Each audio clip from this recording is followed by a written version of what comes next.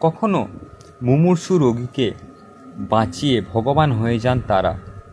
কখনো আবার রোগী মৃত্যু, তখন আবার তাদেরই দায়ী করে অপদস্থ করা হয়। আবার সত্যি ভুল চিকিৎসায় মৃত্যু হয় কোনো কোনো রোগী। এই নানান খবর নিয়ে খবরের শিরোনাম হয় প্রায়ই। তবে এবার বীরভূমের সিউড়ি শহরের সিউড়ি সদর হাসপাতালে যা হলো তা কার্যত নজিরবিহীন।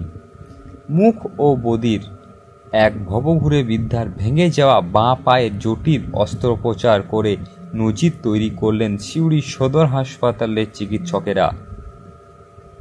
হাসপাতালের সুপার প্রকাশচন্দ্র বাগ জানান, এই অসহায় ও পরিচয়হীন মাকে সুস্থ করতে পারলে তারা খুশি হবেন। আইনের দিক বাঁচিয়ে সব দিক করা হয়েছে। এই ঘটনার সূত্রপাত হয় গত মাসের অর্থাৎ জুন মাসের 21 তারিখ। ভবঘুরে মাকে অসুস্থ অবস্থায় দেখতে পেয়ে পুলিশ কর্মীরা তাকে ভর্তি করে হাসপাতালে। অনেক প্রচেষ্টার পরেও এই মায়ের কোনো পরিচয় এমনকি ঠিকানাও পাওয়া যায়নি। সবটা দেখে যে এই মায়ের বাঁ পায়ে উরুর হাড় ভাঙা অবস্থায় রয়েছে। 3 জন চিকিৎসক ডক্টর প্রসন্নরঞ্জন দে, ডক্টর সুব্রত গড়াই এবং ডক্টর শঙ্কর দাসকে নিয়ে একটি মেডিকেল বোর্ড তৈরি করা হয়। এর সমস্তটাই নেতৃত্ব দিয়েছিলেন অস্থি বিশেষজ্ঞ ডক্টর প্রসন্নরঞ্জন দে। তিনি আমাদেরকে জানিয়েছেন খুব খারাপভাবেই ভেঙেছিল এই উরুর হাড়টি।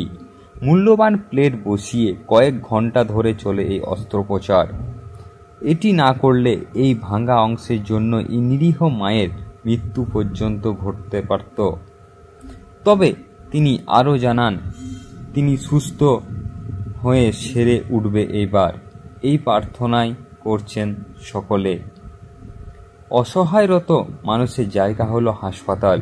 এই নিরীহ ভিক্ষুক মায়ের চিকিৎসা এক নজিরবিহীন ঘটনা হয়ে থাকলো। লক্ষাধিক টাকার অস্ত্রোপচার হলো একদম সম্পূর্ণ বিনামূল্যে।